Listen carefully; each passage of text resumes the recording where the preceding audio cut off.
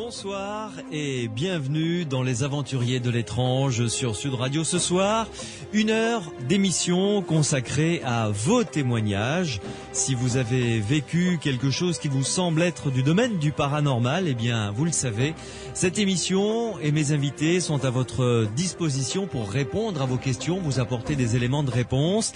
Morad est au standard pour recueillir vos appels et vous passer à l'antenne. Pour cela, il suffit que vous appeliez le 0826 300 300 dès à présent pour vous inscrire. 0826 300 300. Alors, pour vous écouter et répondre à vos questions, 2 invités. Pierre Macias pour commencer. Pierre, bonsoir. Bonsoir. Comment vas-tu ? Ça va. Le site se porte bien, le site internet ? Ça va, on le visite. On le visite beaucoup ?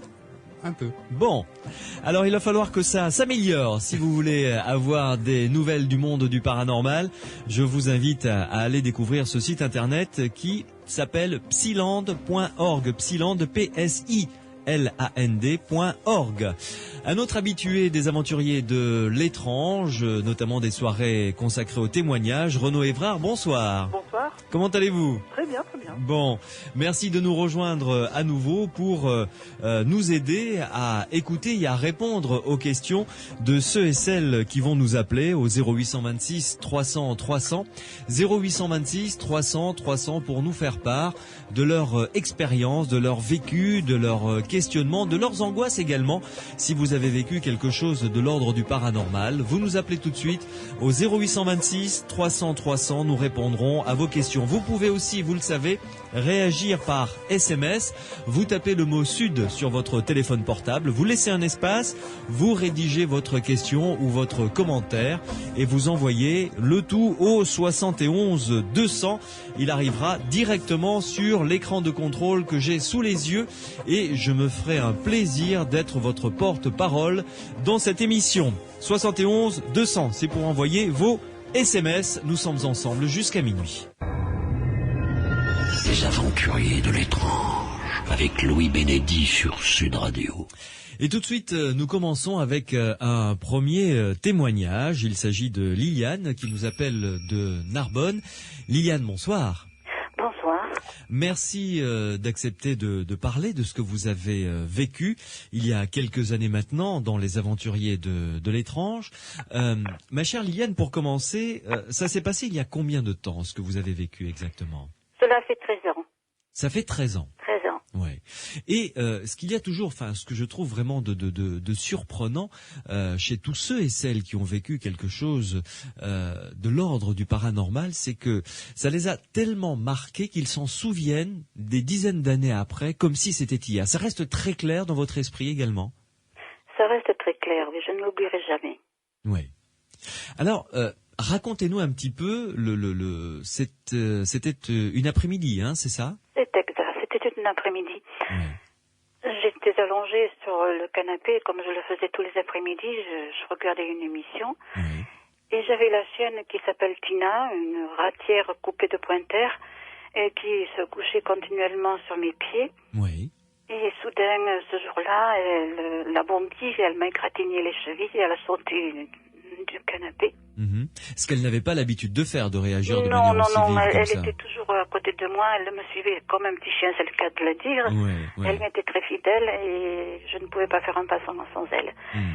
Elle a traversé le salon, elle a traversé la cuisine, elle est sortie de la véranda, elle s'est mise devant la porte, elle regardait dans l'allée du jardin qui donnait dans la rue. Et c'est une allée qui fait au moins 75 mètres, oui. Elle avait les chines toutes raides, elle était très hérissée et elle aboyait, mais méchamment elle aboyait. Ah, je suis sortie, oui. je me suis mise à côté d'elle, je regardais bien ce qui se passait, qu'est-ce qui se passait. Il n'y avait pas de chat, il n'y avait pas de chien. Et à ce moment-là, ma chienne aboyait toujours, j'ai vu mon mari qui marchait dans l'allée, le sac en bandoulière. Il revenait du travail. Il était habillé vraiment comme il était habillé, un pantalon en tergal marron et puis une chemise noire. Il avait toujours les manches retroussées. Il souriait, il montait cette allée. Et Il faut préciser, bien entendu, que votre mari était décédé 1 an auparavant, c'est ça? Mon mari était décédé depuis 1 an. Oui, oui. Oui. Et mon mari remontait donc cette allée et la chienne, à un moment donné, s'est arrêtée d'aboyer. Elle s'est mise à gémir et elle tapait sa petite queue par terre. Et moi, je voyais mon mari qui s'avançait, qui s'avançait, qui s'avançait. Je ne pouvais rien faire. J'avais bien envie d'aller à son devant, de le prendre dans mes bras. Je croyais qu'il vraiment il était vivant. Mhm. Mais j'étais tétanisée, j'avais les pieds qui étaient plombés au sol, je ne pouvais plus bouger. Et ma chienne, elle gémissait, elle avait vu la même chose que moi, il ne lui manquait que la parole. C'est-à-dire que Tina, votre chienne, regardait dans la même direction que vous. C'est ça qui vous avait surpris d'ailleurs. C'est elle qui m'a averti qu'il y avait quelqu'un dans le jardin. C'est elle qui a aboyé. C'est pour ça que je suis sortie. Ouais. Et c'est quand je me suis mis à ses côtés que je regardais dans la rue ce qui se passait dans cette allée. J'ai dit, qu'est-ce qui se passe? C'est là que j'ai vu mon mari qui est monté l'allée. Comme tous les soirs il le faisait, en principe, la chienne elle allait à son devant. Et au bout de peut-être 3-4 secondes, ça a été assez rapide. Oui.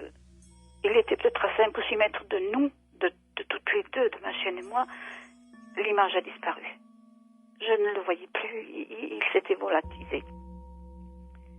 Et ma chienne s'est mise à pleurer, et puis elle s'est mise contre moi, comme si elle s'est frottée pour que je la caresse, que je la réconforte. Oui. Et ma mère qui bavardait avec la voisine avait entendu ma chienne aboyer, elle vient me dire, mais qu'est-ce qui s'est passé? Que se passait-il? Elle n'a pas l'habitude d'aboyer. Qu'est-ce qui lui arrive? Je n'ai pas pu lui répondre. Elle me dit, mais qu'est-ce que tu as? Elle me dit, bouge un peu, qu'est-ce qui t'arrive? Tu es blanche. Elle me dit, mais ça va pas? Et je ne pouvais même pas parler. Je ne pouvais pas lui parler. Elle est arrivée à côté de moi, elle m'a pris par le coude.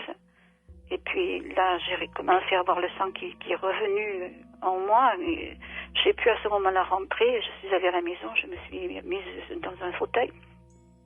Et elle m'a dit, c'est passé quelque chose. Qu'est-ce qui s'est passé? Qu'est-ce que tu as? Mais réponds-moi, dis-moi quelque chose. Je ne pouvais pas parler.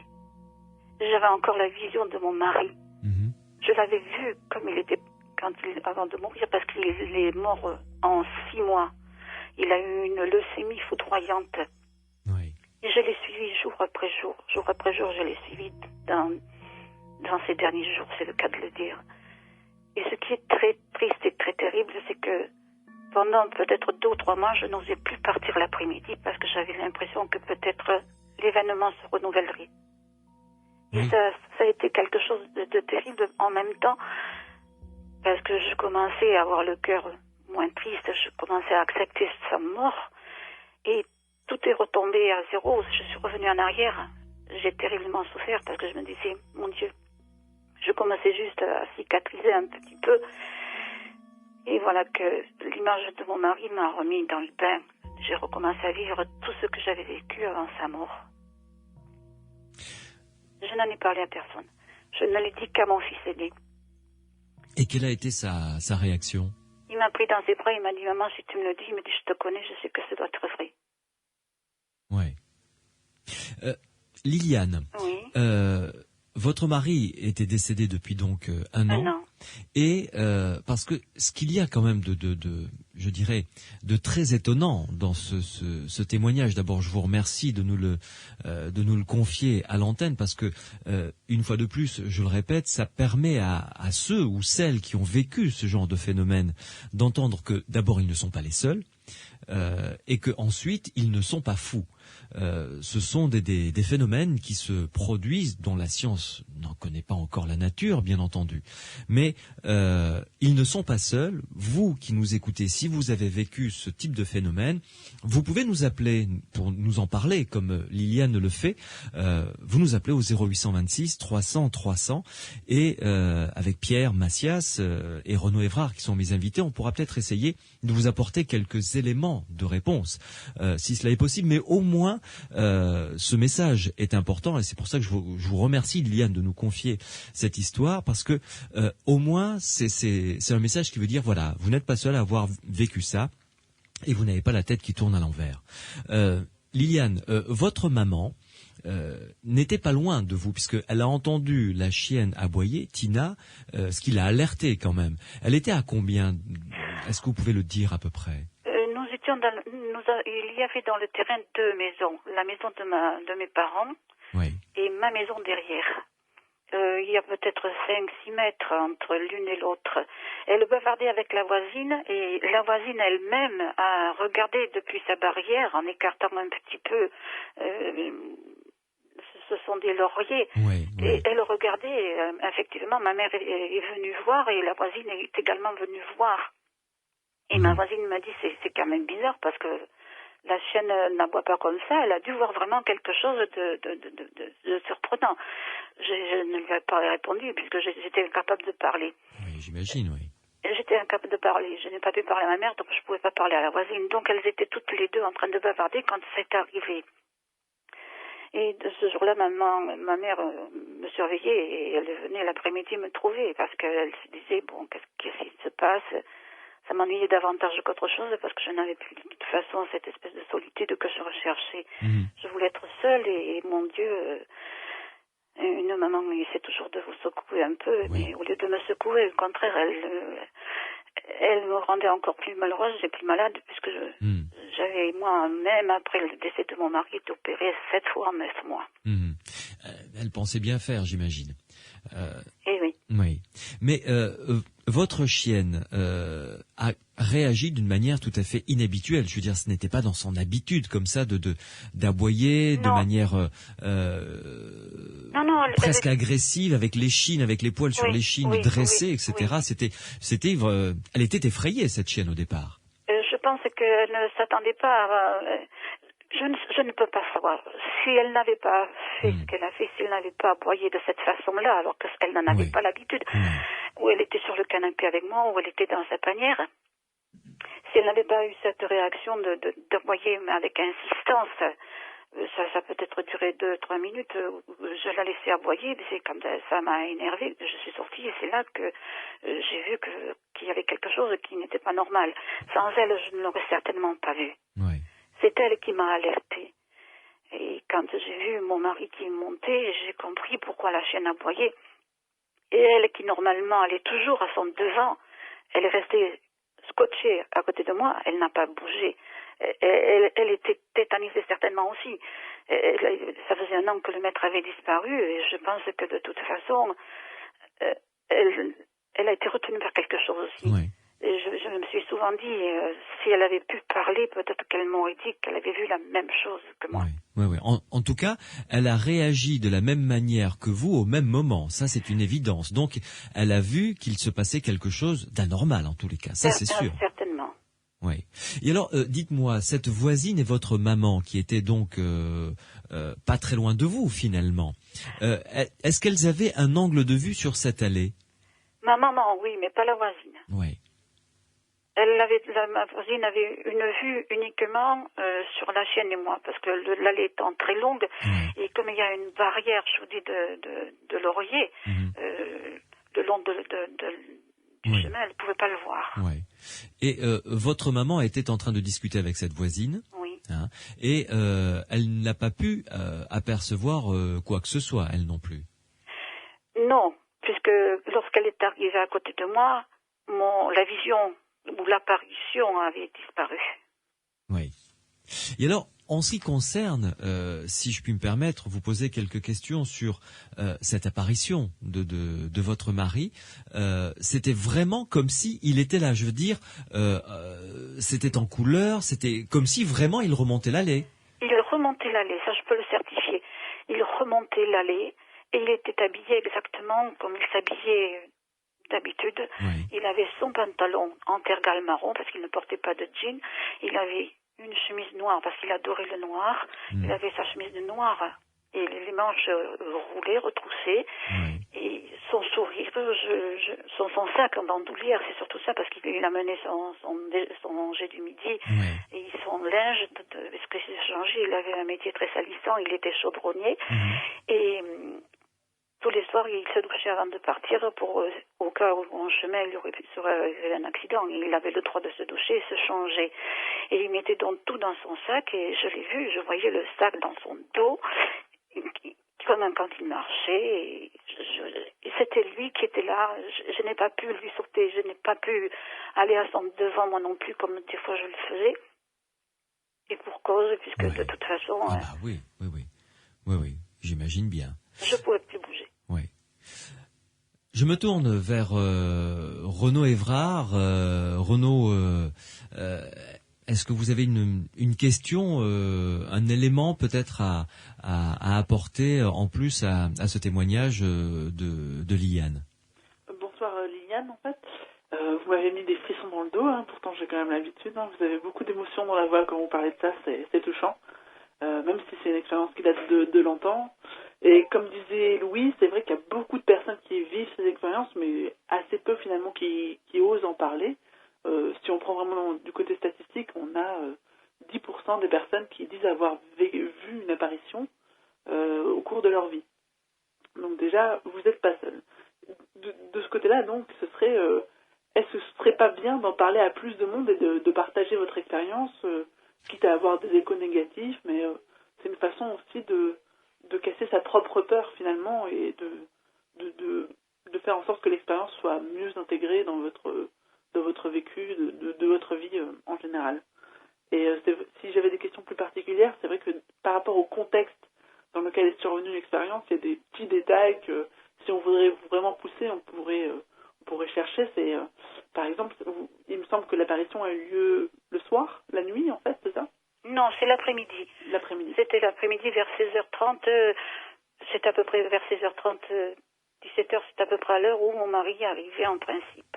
D'accord, donc c'était bien éclairé, pas de problème là-dessus, quoi. C'était en pleine journée, en plein après-midi, et c'était début septembre, il faisait un temps magnifique, c'était un automne extraordinaire, et il est évident que je me rappellerai toujours. Est-ce qu'il avait une expression particulière sur le visage, ou est-ce qu'il a essayé de dire quelque chose ou...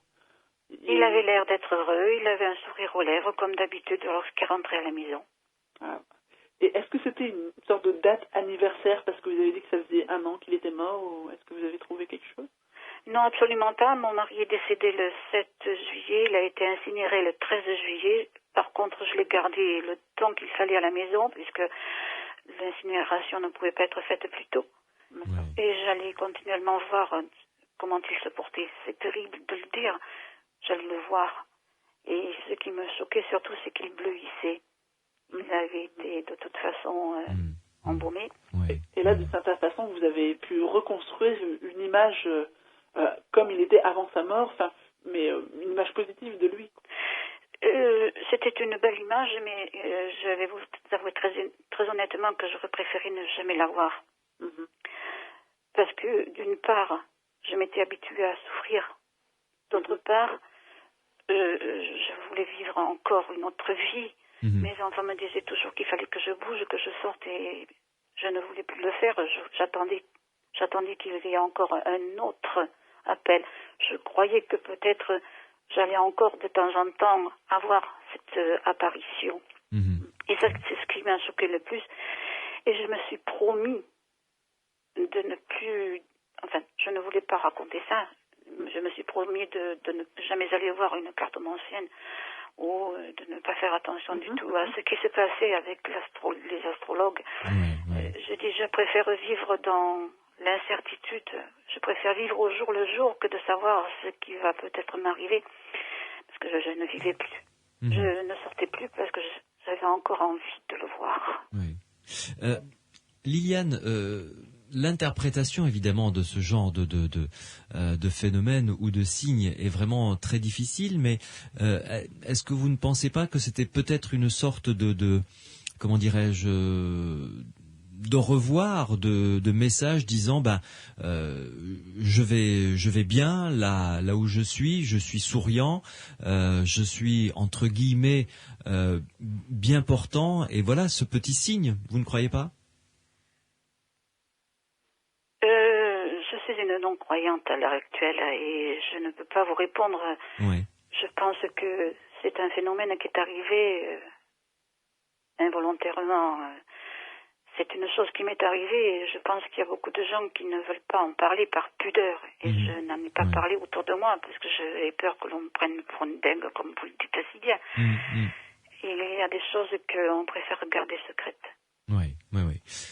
Vous restez avec nous, Liliane, une première pause et on va se retrouver dans quelques instants, toujours avec vous. Pierre Macias voudrait également réagir, peut-être vous poser quelques questions. Renaud également, bien entendu. Quant à vous qui nous écoutez, si vous avez vécu quelque chose qui est de l'ordre du paranormal, comme Liliane, si vous vous posez des questions fort justement, si vous avez des angoisses, eh bien, appelez-nous 0826 300 300 0826 300 300. Morad est au standard pour recueillir vos appels et puis surtout pour que vous compreniez bien que ce sont des phénomènes que la science n'explique pas encore, mais que plusieurs dizaines de milliers d'êtres humains les vivent également et que vous n'êtes pas seul. 0826 300 300. Les aventuriers de l'étrange avec Louis Bénédy sur Sud Radio. Et Liliane qui nous appelle de Narbonne, qui nous a fait part, je vous en remercie encore Liliane de ce témoignage très poignant, pour continuer à essayer de comprendre ce que vous avez vécu, Liliane. Renaud Évrard, est-ce que on peut dire que le fait que Tina, la chienne donc fidèle de Liliane, entérine le fait qu'il s'est réellement passé quelque chose de pas normal? Ben oui, forcément, enfin, je veux dire, ça fait partie, on peut pas le nier dans ce cas-là. Après, on peut pas vraiment savoir en plus ce que la chienne a vu ou ce qu'elle a fait ou quelle part elle a pris non plus dans l'induction de ce phénomène. Son comportement qui est étrange de sortir dans la rue, ça veut pas dire forcément qu'elle a vu quelqu'un. Elle a pu avoir un comportement étrange totalement animal. Et de notre côté, en même temps, ça a peut-être créé une peur ou une attente du côté de sa maîtresse, dans ce cas-là Liliane, qui a pu entériner l'apparition pour Liliane, pas forcément pour la chienne. Mais en même temps, c'est quelque chose qu'on peut pas résoudre dans ce cas-là, quoi. Je pense pas que... Je pense que ça joue de toute façon pour Liliane, pour la conforter dans sa vision de ce côté-là. Après, c'est vrai que vous avez posé des questions pour savoir si un autre être humain, comme la maman, avait pu voir quelque chose, mais c'est vrai que dans les cas des apparitions, ils peuvent apparaître pour certaines personnes et pas pour d'autres qui sont pourtant à côté, quoi. Oui, voilà, c'est ça. C'est-à-dire qu'il ne peut y avoir qu'une seule personne, des fois, qui la voit, même si elle est entourée par d'autres personnes. Ça va même beaucoup plus loin. Il y a certaines personnes qui, dans une même pièce, vont voir la même apparition, mais habillée différemment. Ou alors quelqu'un va la voir, l'autre va l'entendre, l'autre va la toucher, et pourtant ce serait la même apparition. Ouais. Pierre Macias. Bonsoir Liliane. Comme le disait Louis tout à l'heure, effectivement, c'est un témoignage très prenant que vous nous avez fait, qui doit concerner, je pense, pas mal de monde à l'écoute. À propos de la période de l'apparition, je me demande, votre témoignage rentre tout à fait dans le cadre des apparitions. On a des histoires, je dirais, de personnes qui voient des personnages, des apparitions, des gens de leur famille, plus ou moins éloignés, éventuellement décédés. J'ai en tête, je vais sans doute dire une bêtise, mais il me semble que Augustin le Sage n'ait pas un rapport avec une apparition de ce type-là avec une enfant. Si c'est pas lui, ce sera un autre. Donc, pour le moment de l'apparition, la période de 1 an, il me semble que dans les rites chrétiens, je suis pas croyant moi non plus.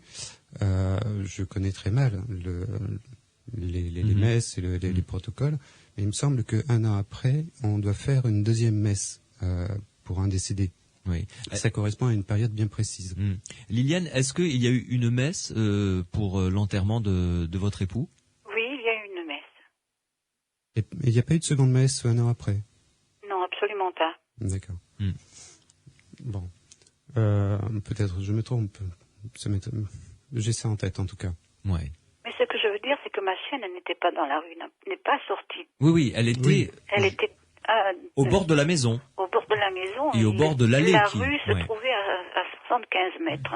Oui.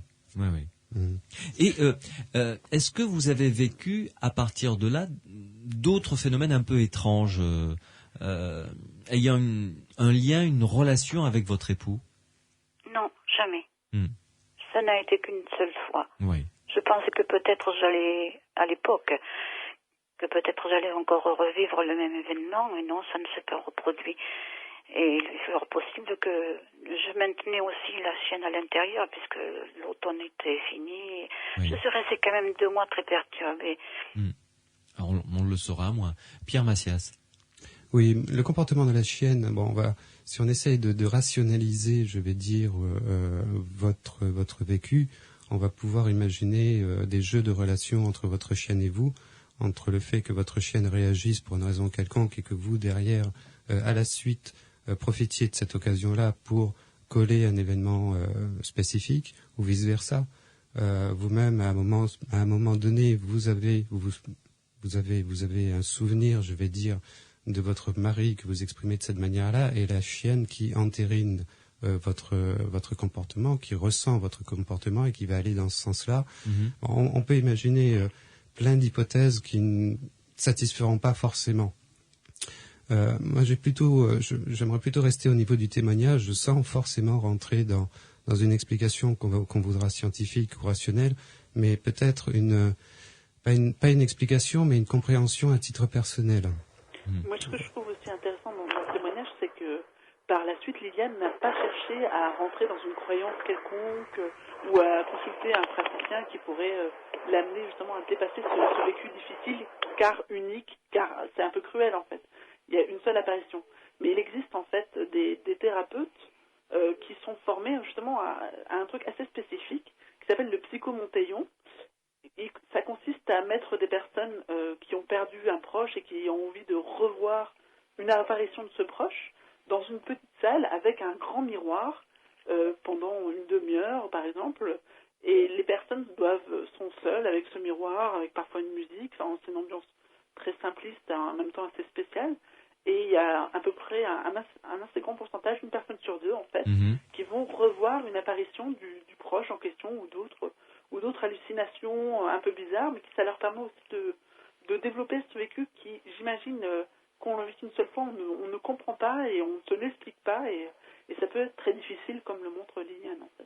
Oui, Ce sont des expériences qui viennent des États-Unis, je crois. Hein, ça a été développé effectivement par Raymond Moody, mais c'est ça. Aussi en France.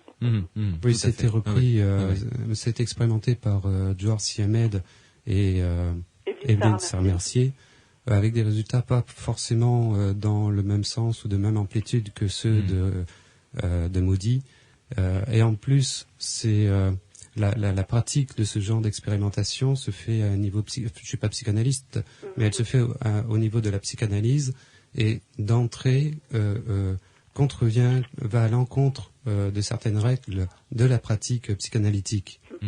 Alors, si je puis me permettre une question, les animaux, en règle générale, est-ce qu'on connaît des cas, là je pose la question à toi Pierre et à Renaud, est-ce qu'on connaît des cas d'animaux qui ont réagi à des phénomènes d'apparition, Renaud?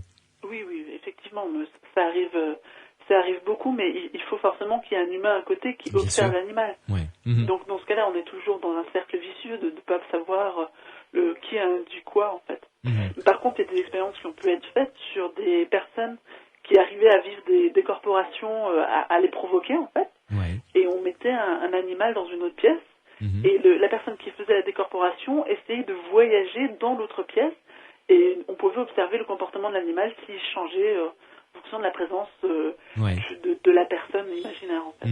Et donc ces expériences-là ont eu des résultats positifs. C'est Robert Morris et Harari qui ont mené ça en Angleterre. Donc ça, c'est une piste intéressante, en fait. Ouais. En tout cas, Pierre Massias. Oui, je voudrais revenir sur la réponse qu'on vient de donner à Liliane. En fait, ça ne s'est produit qu'une fois. Vous en avez eu très peur, vous avez été très très impressionné par cette apparition. Moi, je me demande si, en fait, et les gens qui me côtoient savent que je ne suis pas partisan, forcément du moins partisan, ou aussi facilement partisan de la survie, mais peut-être que vous pourriez envisager cette apparition comme un dernier au revoir de votre mari à un moment donné, souvenez-vous, vous nous l'avez décrit, habillé comme d'habitude, et il y a un mot que j'ai retenu, c'est son sourire. Ouais. C'est-à-dire, il venait pas de manière agressive. C'est pas le fantôme qui vient vous attaquer. C'est pas le fantôme qui vient vous tirer par les pieds tous les soirs. Ça ne s'est produit qu'une fois avec le sourire. Il est apparu comme il était d'habitude. C'est peut-être peut-être qu'à niveau personnel, vous pourriez le prendre comme un dernier au revoir.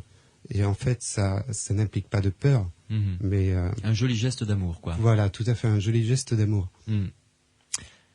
Liliane, Oui. je vous remercie en tout cas de nous d'avoir eu la gentillesse et le courage de franchir le pas et de nous confier ce témoignage précieux qui, je l'espère, va pouvoir, comment dirais-je, envoyer ce joli message à ceux et celles qui l'ont vécu. Vous n'êtes pas seul et vous n'êtes pas fou. Et ce sont encore des phénomènes que la science n'explique pas, mais qui existent. Merci beaucoup pour ça, Liliane. Je vous en prie, au revoir. Je vous souhaite une excellente soirée. Je vous remercie également, vous aussi. Merci, Liliane. À très bientôt. Liliane, donc, qui nous appelait de Narbonne, a un deuxième témoignage qui va un petit peu dans ce sens. Il s'agit de celui d'Alexis qui nous rejoint. Bonsoir, Alexis. Allô, Alexis ? Oui, bonsoir. Vous nous appelez d'où ? De Toulouse. Vous nous appelez de Toulouse. Et alors vous avez appelé dès que vous avez entendu le témoignage de Liliane parce que vous vivez aussi, vous avez vécu ce genre de phénomène. Oui, mais c'est surtout pour rassurer Liliane en fait. Oui. Pour la rassurer, c'est des phénomènes normaux. Enfin, moi je l'ai connu depuis que je suis petit en fait. C'est-à-dire... Depuis que je suis petit, je commençais à avoir pas mal d'apparitions en fait dans ma maison où je vivais quand j'étais petit enfant. Ouais.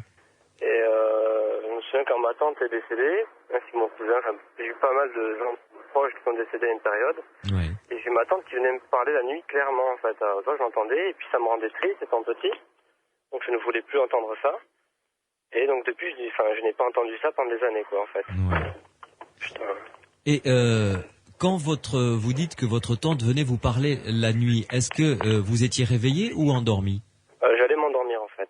D'accord, vous étiez entre deux eaux, comme on dit, quoi, vraiment, pas complètement réveillé, pas encore endormi. Je vais me garer quelque part. Ouais.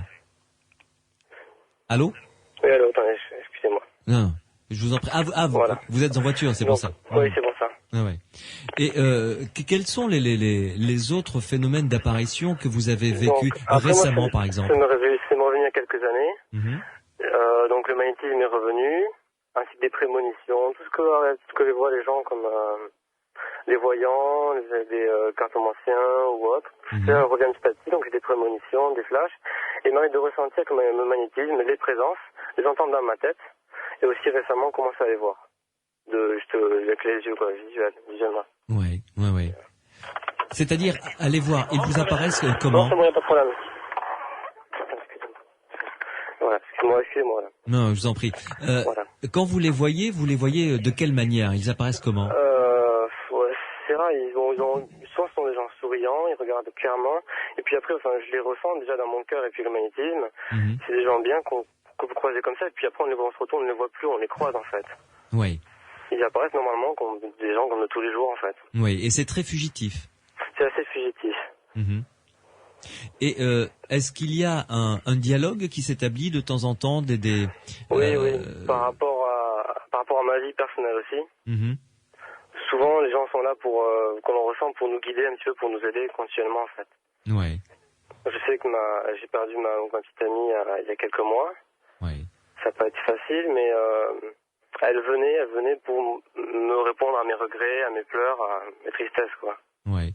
Quand vous dites que vous l'avez perdue, c'est-à-dire qu'elle est décédée, hein, c'est ça ? Elle est décédée, oui. Ouais. Et donc, combien de temps après avez-vous eu ce contact Moi, je l'ai eu le lendemain de sa mort. Parce que j'étais très triste, elle est juste venue me dire au revoir.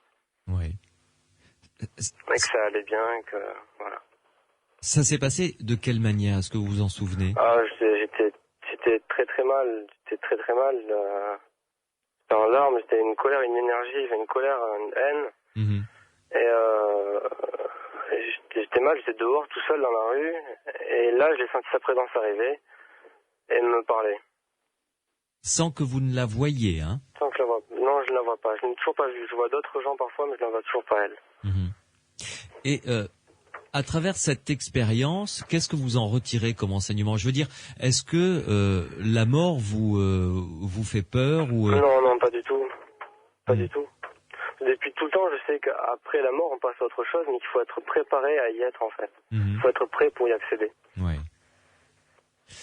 Je me tourne vers Renaud Évrard. Est-ce que vous avez des questions ou une réaction face à cette multiplicité des phénomènes? Ils sont tout à fait naturels, je crois qu'ils ont toujours existé depuis des milliers d'années. Enfin, c'est quelque chose qui est propre à chaque être humain. C'est juste que notre façon de notre éducation, la façon dont l'intelligence humaine est un peu orientée, très matérielle au final, on néglige l'aspect spirituel de ce qu'on ressent, ce qui va au-delà de nos sens. Très bien, il m'a volé ma réponse. Bonsoir Alexis. Bonsoir. C'est effectivement ce que je tenais à dire. C'est vrai que c'est des expériences qui ont existé dans toutes les cultures depuis tous les temps et il y a eu différents modèles d'interprétation. Il y a des modèles qui sont moins dangereux que d'autres. Et dans ce cas-là, dans le cas d'Alexis, ça me semble bien pris. C'est une bonne piste de dialogue concernant la vie personnelle, de guide. Ça me semble pas du tout pris dans un délire, dans une crainte. Et donc, je le remercie d'avoir témoigné de cet abord positif, en fait. Oui, tout à fait. Merci en tout cas, Alexis, donc de nous avoir confié également ce témoignage. Si vous aussi vous avez vécu quelque chose de l'ordre qui vous semble être de l'ordre du paranormal, vous nous appelez au 0826 300 300, 0826 300 300. Morad est au standard pour recueillir vos témoignages. Vous pouvez également nous envoyer non pas des témoignages, mais des réactions, des questions, des commentaires par SMS.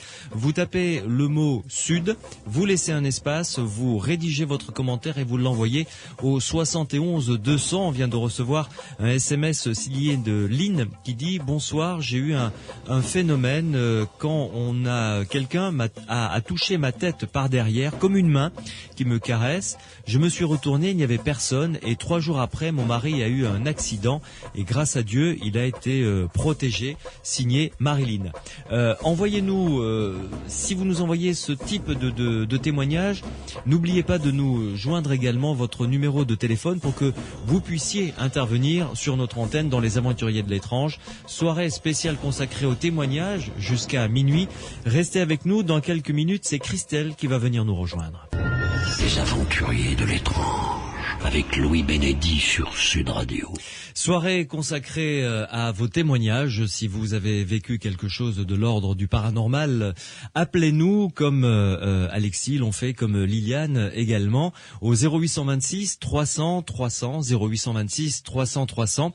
Vous pouvez également, je vous l'ai dit, intervenir par SMS. Vous tapez Sud sur votre portable, vous laissez un espace, vous envoyez votre réaction, votre commentaire au 71 200. D'ailleurs, un SMS vient d'arriver en disant: bonsoir, pouvez-vous faire une émission sur l'astrologie prochainement? C'est Isabelle d'Avignon qui nous envoie ce SMS. C'est une bonne idée. On va y réfléchir avec Pierre Macias et trouver le bon intervenant pour parler d'astrologie. C'est effectivement quelque chose, un dossier qui est passionnant parce que avec un système astronomique qui n'a rien à voir avec le vrai système astronomique, les astrologues réussissent à obtenir des résultats assez intéressants concernant l'étude des personnalités. Donc, on va se pencher sur ce dossier, ma chère Isabelle, qui nous avait envoyé ce SMS d'Avignon. Christelle, bonsoir. Bonsoir. Vous nous appelez d'où, Christelle? De Casteldoa, des Pyrénées-Atlantiques. Des Pyrénées-Atlantiques. Très bien. Alors, Christelle, vous, ce que vous avez vécu, c'est passé il y a combien de temps? Oh là là, en 1984. Oui. Donc, ce n'est pas hier. Effectivement, non, c'est avant-hier. Et qu'est-ce que vous avez vécu et dans quelles circonstances? Racontez-nous. Alors, j'ai fréquenté, bien sûr, un garçon que j'aimais beaucoup, beaucoup, beaucoup. Et je ne savais pas si c'était réciproque ou non. Mais parfois, il me disait, tu me portes chance. Tu me portes chance. Alors, donc, j'ignorais ce qu'il voulait me dire, quoi, hein, par tu me portes chance. Et puis des fois je demandais à ma mère, quoi. Je disais, mais qu'est-ce qu'il veut me dire par tu me portes chance? Et elle ignorait aussi ce qu'il voulait me dire. Puis le 1er mai 1984, je me dispute avec lui et je lui dis, ne viens plus m'ennuyer. Et le 4 mai, 3 jours après, il se suicide d'une balle dans la bouche. Ah oui. Mais mais j'étais à une vingtaine de kilomètres du lieu où il s'est suicidé, et je l'ai vu dans ma tête, qui me disait je ne devrais plus t'ennuyer. Et il s'est, ça s'était révélé juste, il s'était vraiment flingué, quoi. C'est-à-dire, vous étiez où à ce moment-là? Vous dites à 20 kilomètres du lieu. J'étais près de Maubeuge, enfin dans le nord, je ne sais pas si vous Oui, voyez. oui. Non, mais ce que je veux dire par là, c'est, est-ce que vous étiez en train de travailler? Vous étiez en voiture? Qu'est-ce que vous faisiez à ce avec moment? ma grand-mère, qui avait une diane à l'époque, et je vais voir un oncle, si vous voulez, un oncle, et qui était à l'hôpital, et on était lui rendre visite, et pendant toute cet après-midi-là, je voyais Jean, donc mon amoureux, si vous voulez. Oui. Et je le voyais dans ma tête, où il disait je ne verrai plus t'ennuyer, d'accord, et où il se fichait une balle dans la bouche. Ah oui, vous l'avez vu dans votre esprit, vous l'avez vu, et donc la première fois que vous avez eu cette image dans la tête, vous vous êtes dit quoi? Oh, c'est moi qui invente, c'est moi qui fabule, des choses comme ça? Non, je ne me suis pas dit ça. Absolument pas. Je l'ai vu se pointer l'arme dans la bouche, je l'ai vu tirer, je ne verrai plus t'ennuyer, j'entendais ces mots, et bon, c'est vrai que ça paraît surréaliste, mais cela dit, quand je suis rentrée chez mes parents, maman, la première nouvelle qu'elle m'annonçait, c'est en me disant il est arrivé un grand malheur. Alors je lui ai dit qui elle me répond pas. Je lui dis dans le village, elle me répond pas. Alors je lui dis rétorque c'est à Carmin, dans le village du Nord, quoi, dans un village du Nord. Et je lui dis c'est Jean, maman. Hein. Et elle me dit oui je dis maman, il s'est tué d'une balle dans la bouche. Alors maman, elle me rétorque, mais comment tu sais? Je ne pouvais pas le savoir. Si, dans ma tête, si vous voulez. Vous comprenez? Je ne l'ai pas appris d'autres personnes.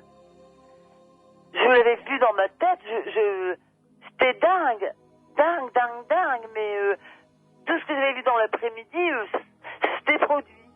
Et est-ce que vous avez pu établir, je ne sais pas, vous avez eu connaissance, par exemple, de l'heure à laquelle il s'est suicidé? Est-ce que ça correspondait au moment où vous l'avez eu, où vous avez eu ce flash dans la tête à 20 kilomètres de là?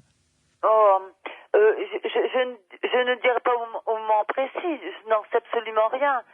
Cela dit, dans l'après-midi, j'étais, je sais pas, du côté de Maubeuge, dans le Nord, dans un hôpital où je voulais voir un oncle, et je voyais Jean, mon amoureux, si vous voulez, mais ça se passait dans l'après-midi de toute façon.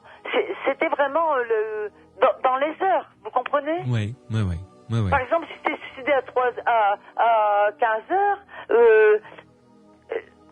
je sais pas, moi, j'ai eu jusqu'à 17 heures, c'était des flashs qui s'imposaient à moi, vous comprenez? Oui, tout à fait, oui. Renaud Évrard, est-ce que un geste dramatique comme celui-là peut créer, alors je vais employer un terme sûrement qui n'a rien de scientifique, mais une résonance, vous savez, qui va heurter ceux et celles qui sont proches de la personne? C'est effectivement des cas qui se produisent très souvent. Alors c'est vrai que parler de résonance, c'est un peu compliqué. C'est pas le bon mot, j'imagine. Coïncidence. Oui. C'est-à-dire que c'est vraiment deux événements qui se passent en même temps, mais à cause de la distance spatiale, on ne peut pas affirmer que l'un a provoqué l'autre, en fait. Oui. C'est une sorte de corrélation, c'est un lien qu'on ne peut pas expliquer, et on peut faire juste des suppositions, des hypothèses, mais ça reste d'une certaine manière assez irrésolu.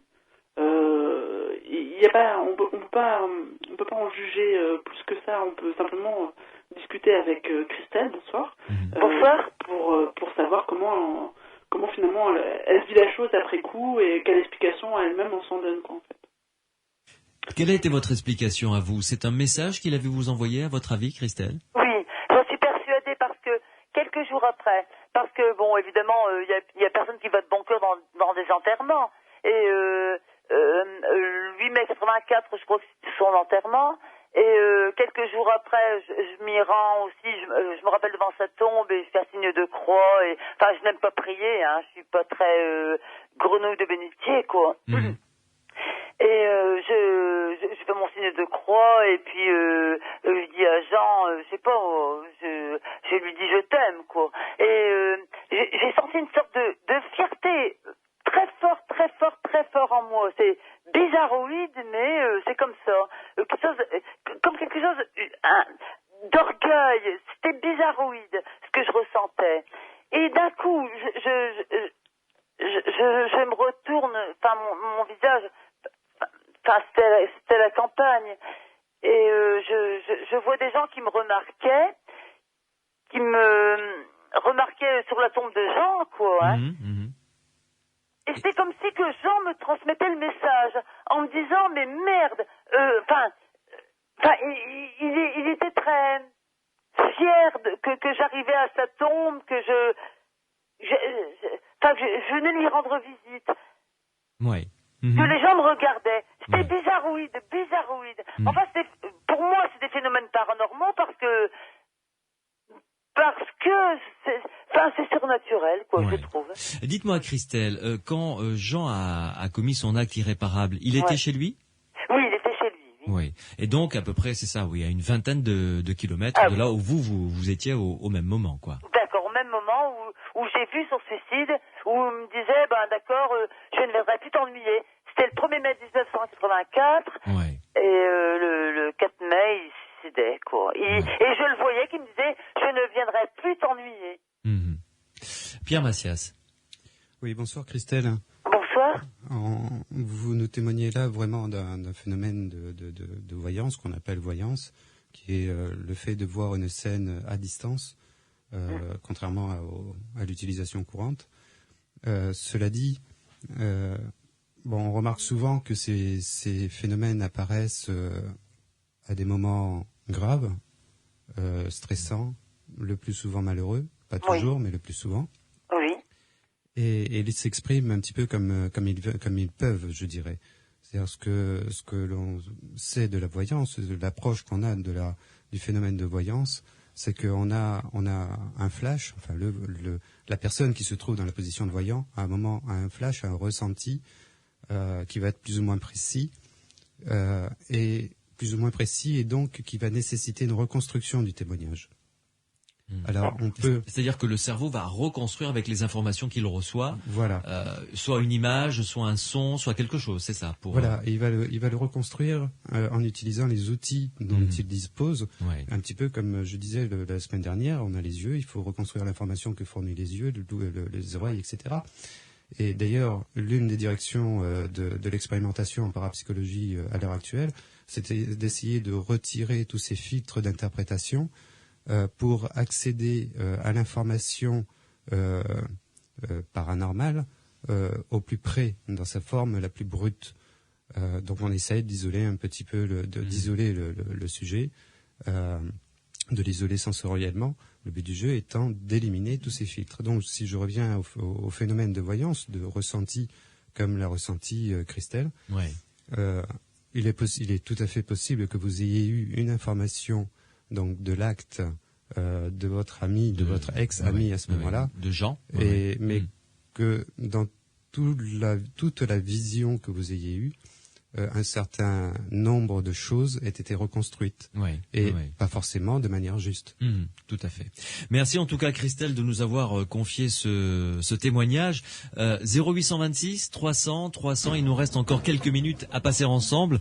Vous nous appelez à notre standard. Morad est là pour recueillir vos appels. Si vous ne passez pas ce soir, n'ayez crainte, nous gardons vos coordonnées, nous vous rappellerons pour que nous puissions discuter ensemble, bien entendu, avant et pendant et après l'émission. 0826 300 300, Christelle, non pas Christelle, mais Marie-France va venir nous rejoindre juste après la pause. Sud Radio, les aventuriers de l'étrange, avec Louis Bénédy sur Sud Radio. Demain, vous le savez, on se retrouvera pour une émission à partir de 22h jusqu'à minuit et nous aborderons un dossier passionnant pour la deuxième fois. Nous l'avons abordé dans la saison 1 des Aventuriers de l'étrange. Là, nous allons réouvrir ce dossier. Nous parlerons du suaire de Turin avec une enquête historique et scientifique vraiment de première main, très intéressante, qui a été réalisée par deux scientifiques. Un des deux scientifiques sera avec nous. Il s'agit d'André Marion, qui est un spécialiste de l'imagerie et du traitement d'images. Il sera avec nous pour nous faire part des derniers résultats des recherches scientifiques concernant le suaire de Turin. Marie-France, bonsoir. Oui, bonsoir. Vous nous appelez d'où, Marie-France? Je vous appelle de Saint-Georges-d'Idonne, tout pas de Royan. Très bien. Oh, c'est très haut, ça, effectivement. Oui. Oui. Alors, dites-nous, Marie-France, vous avez vécu, semble-t-il, un coma, c'est ça? Oui, j'ai eu un coma en 85 suite à un accident. Ouais. J'ai eu un coma de 5 jours. Ah oui, quand même. Oui, dans mon coma, je me souviens, c'était une immense pièce, un long couloir, beaucoup de lumière, et j'avais le médecin près de moi, en blouse blanche, et là j'ai retrouvé tous les gens que j'avais connus sur Terre et qui étaient décédés, ils étaient tous autour de moi. Moi je planais, j'étais très heureuse, mais eux ils étaient très tristes de me voir ici, parce que mes enfants étaient très jeunes à l'époque. Ouais. Mais alors, dites-moi, Marie-France, une question comme ça qui me vient tout de suite à l'esprit. Quand vous êtes sortie de votre coma, vous aviez ce souvenir? Oui, j'ai toujours gardé ce souvenir, tout le temps. Pas aussitôt après, ça m'est venu, je me suis rappelé toujours de ça, ça m'a vraiment marqué. Oui. Que j'ai vu tous les gens que j'avais connus, dont mes grands-parents, mes grands-mères et tout ça, il y a une grand-mère qui guérissait d'ailleurs. Oui. Tous les gens que j'ai connus, que j'ai aimés, étaient autour de moi. Et qui étaient décédés, hein, c'est ça? Oui, ils étaient tous décédés. Oui. Et là, ils étaient autour de moi, je les ai retrouvés, c'est merveilleux. Alors, racontez-nous, décrivez-nous cette pièce dans laquelle vous étiez. Ça ressemblait à quoi? Une pièce normale, je dirais? Oui, blanche? Oui, moi c'est comme si j'étais dans un grand hôpital. Hein. Il y avait le médecin près de moi en blouse blanche, mais c'était immense et j'avais tout autour, j'avais tous ces dessins que j'ai retrouvés. J'étais très heureuse de retrouver. Et voilà ce que je me rappelle simplement. Oui. Mais suite à ça, après quand je suis retirée, c'est le cas de le dire, j'ai eu plein de choses. Je ne suis plus la même femme. Et il y a des choses beaucoup qui sont dures à porter puisque tous les rêves préhistoriques que j'ai eus depuis se sont tous révélés exacts et je sais très bien les interpréter. C'est-à-dire que vous vivez des rêves prémonitoires à partir de cet événement, de ce coma que vous avez vécu. Depuis ça, oui. Et le premier rêve ne me concernait pas du tout puisqu'il s'agissait d'un petit garçon.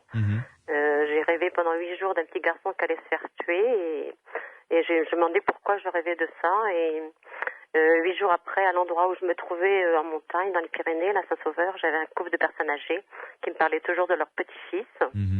Et ce soir-là, ils ont été à la cabine téléphonique pour voir le retour du petit-fils. Et textuellement, comme j'avais rêvé, il s'est fait tuer sur l'autoroute avec les parents. Et c'était une nuit horrible, quoi, à l'hôtel. Et moi, c'est le premier rêve que j'ai fait. Après, toujours les rêves que j'ai eus de prémonitoires m'ont prévenu beaucoup sur ma famille, mes petits-enfants, même à distance. Et alors, je sais toujours les interpréter. Et alors, dites-moi, ces personnes décédées qui se trouvaient autour de vous, là je reviens à votre période durant le coma, vous avez eu des dialogues avec eux? Non, ils me regardaient tous, ils étaient très tristes. Et moi j'étais très heureuse, je planais, j'étais très heureuse et eux, je me dis mais pourquoi ils sont... En fin de compte, j'avais pas ma place là-haut puisque mes enfants étaient très jeunes, ils avaient besoin de moi. C'est pour ça que je suis revenue, je pense. Et sans angoisse particulière, je veux dire, pendant ce... Aucune, au contraire. Et j'ai plus peur de la mort du tout. Et j'étais assistante de vie auprès de personnes très malades. J'ai fait ça pendant 20 ans. J'ai appris plein de choses dans ce métier et je comprends pourquoi. Et j'ai plus peur de la mort du tout. Renaud Évrard, est-ce que ce que nous confie Marie-France, ce qu'elle a vécu et ce que ça a déclenché après, est-ce qu'on peut assimiler ça à une expérience de mort imminente, à votre avis? Bonsoir Marie-France. Bonsoir. Donc oui, ça pourrait être compris comme ça. C'est peut-être excessif, hein, je suis pas vraiment spécialiste. Je pose la question. Mais il y a une part possible, hein, comme parlait tout à l'heure Pierre Massias concernant la voyance, de reconstruction, d'impression de déjà-vu ou de reconstruction après coup, d'une sorte de vécu subjectif pour assurer la continuité, pour pas se dire qu'on s'est éteint pendant 5 jours en fait. Ça peut être une façon de voir. Après, ce qui reste très intéressant, c'est toutes ces modifications de la personnalité qui suivent. Donc, absence de perte, absence de peur de la mort, et puis de présence de nouveaux phénomènes paranormaux, les rêves prémonitoires, une envie aussi d'aider les autres, ou d'être plus empathique avec les autres. Ça, c'est vrai que pas mal de gens qui ont fait des NDE rapportent ces modifications. J'ai envie d'aider les gens, même les plus démunis, je fais que ça. Mais dites-moi, Marie-France, vous dites avoir changé vraiment beaucoup par rapport à la femme que vous étiez avant. J'ai tout quitté, ma maison, avec rien, je suis partie avec rien, j'ai tout laissé derrière moi, 2 jours après, je me suis plus souvenu que j'ai habité là. Ouais. Et j'ai tout reconstruit, mais tout ce que j'avais auparavant, j'ai plus voulu le garder. C'est-à-dire que vos valeurs d'avant avaient complètement changé. Exactement, oui. Je vois tout autrement. Ouais. Et maintenant, j'ai plein de choses qui m'arrivent. Je peux guérir même les gens. Je le fais pas trop parce que ça fatigue. Je les aide aussi à travers des cartes, à travers des choses comme ça. Oui. Et je ressens trop les choses. Oui. Vous avez l'air de le prendre de manière très sereine, finalement, très ce sereine. changement. Oui, je suis très heureuse dans mon cœur et je vois la vie différemment. À chaque jour suffit sa peine et j'aurais toujours apporté beaucoup de douceur autour de moi et quand je vois tout ce qui se passe, ça fait très mal aussi quelque part. Mais j'ai beaucoup de bonheur auprès de mes petits-enfants que des fois je les soigne aussi. J'ai un petit qui a failli partir à l'hôpital en urgence et là je l'ai pris une journée et puis il n'est pas parti. Oui, vous vous consacrez vraiment aux autres, quoi. Ah oui, vraiment. J'étais assistante de vie pendant 20 ans. Oui. Jusqu'à la fin de vie, la maladie, le cancer, Alzheimer et tout ça. Oui, je pourrais vous écrire un livre là-dessus. J'ai passé quelque chose de plein de choses. Pierre Massias. Oui. Bonsoir Marie-France. Bonsoir. Oui, ce que vous nous racontez ici, c'est typique des NDE, des NDE de forte amplitude, je dirais. Ce besoin de tout quitter, ce changement de système de valeurs, c'est vraiment caractéristique. L'apparition de facultés parapsychologiques après cette expérience. Moi, c'est tout à fait caractéristique. D'ailleurs, si vous aviez envie de vous documenter sur les NDE, si vous ne l'avez déjà fait, oui, j'aimerais bien, oui. On peut toujours vous conseiller d'aller voir le site de Jans France, de prendre en contact avec Jans France. Leur site, c'est www.jans-france.fr.com.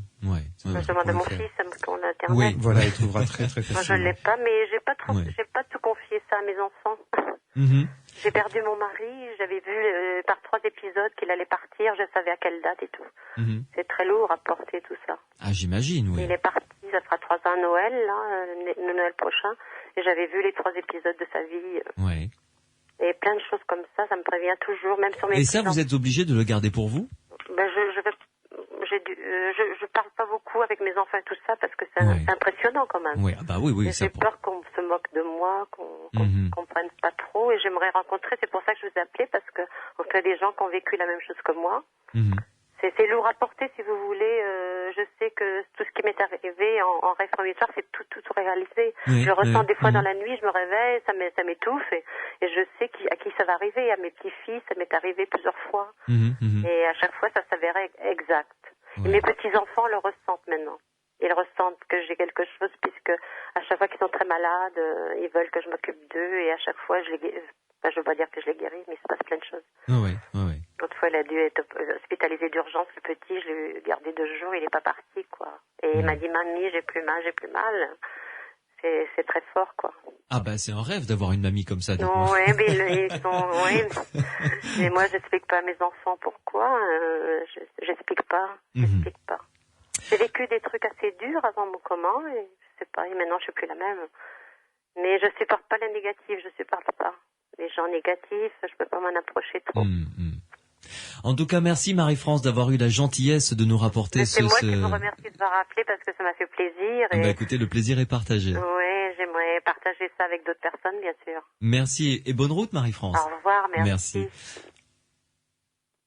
Marie-France qui était avec nous donc depuis Royan, presque au-dessus de Royan, ce qui est quand même largement au-dessus de notre zone. On a des gens qui nous écoutent en Haute-Loire, également à Paris. Je crois que le plus loin c'est Taïwan, me semble-t-il, hein, Pierre. Exactement. Voilà. Il nous reste 2 minutes. J'aimerais poser une question à Renaud Évrard et à toi, Pierre, qui est en corrélation avec ce que nous a dit Marie-France. Elle a subi un choc très fort, un coma donc, 5 jours, et ensuite des phénomènes paranormaux sont apparus, comme des rêves prémonitoires, etc. Est-ce que ça veut dire que nous sommes tous porteurs de ce genre de mécanisme en nous, mais que nous avons étouffé pour des raisons culturelles ou que sais-je ou que d'autres, mais qui peuvent se déclencher à une occasion ou une autre? Il nous reste à peu près 45 secondes de réponse pour chacun. Renaud. C'est pas mal ça.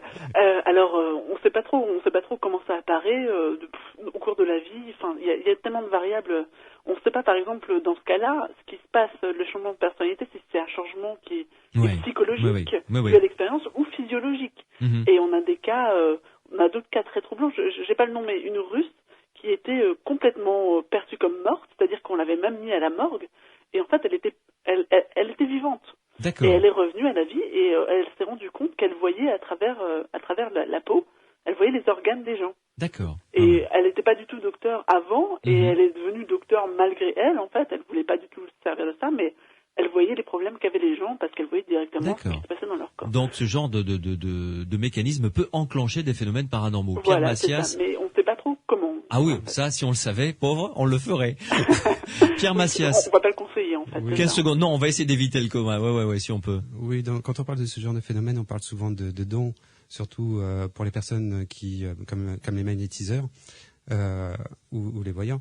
Mais c'est un don comme on peut être, on a un don d'artiste ou on a un don de mathématicien.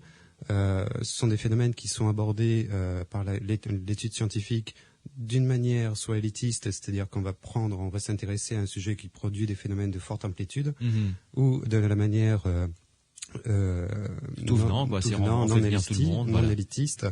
C'est-à-dire que potentiellement, on va prendre tout le monde, on va essayer de trouver la petite faculté chez tout le monde.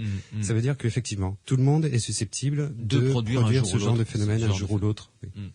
Merci Pierre Massias, merci Renaud Évrard de nous avoir accompagnés dans cette émission consacrée au témoignage. Demain, à partir de 22h, l'émission sera consacrée au suaire de Turin avec des révélations scientifiques tout à fait étonnantes. Bonne nuit et à demain. Sud Radio, les aventuriers de l'étrange, avec Louis Bénédy sur Sud Radio.